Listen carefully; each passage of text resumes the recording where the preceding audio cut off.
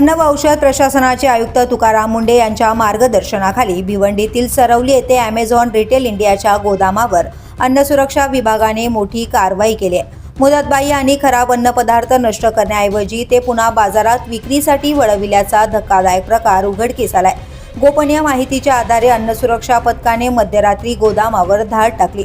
तपासात आरके ट्रेडर्सने मुदतबाह्य अन्नपदार्थ नष्ट केल्याचे खोटे विल्हेवाट प्रमाणपत्र सादर केल्याचं समोर आलंय। प्रत्यक्षात हे अन्नपदार्थ पुन्हा विक्रीसाठी पाठवले जात असल्याचा आरोप आहे। या प्रकरणात आरके ट्रेडर्सचे मालक रहमान के आणि ॲमेझॉन रिटेल इंडियाचे पश्चिम विभागाचे फॅसिलिटी मॅनेजर सोमशेखर बसवराज कोण्णूर यांच्या विरोधात कोनगाव पोलीस ठाण्यात गुन्हा दाखल करण्यात आलाय। भारतीय न्याय संहिता तसेच अन्न सुरक्षा व मानके कायद्याअंतर्गत गुन्हा नोंदवून पुढील तपास सुरू आहे। दरम्यान ज्या ॲमेझॉन रिटेल इंडिया गोदामात हा प्रकार उघडकीस आला त्या विशिष्ट गोदामाचा अन्न व्यवसाय परवाना निलंबित करण्यात आलाय। तुकाराम मुंढे यांच्या या धडक कारवाईमुळे मुदतबाह्य अन्नपदार्थांच्या काळ्या बाजारावर मोठा आघात झाल्याची चर्चा सुरू आहे। द पोलीस न्यूजसाठी नितीन पाटील, मुंबई।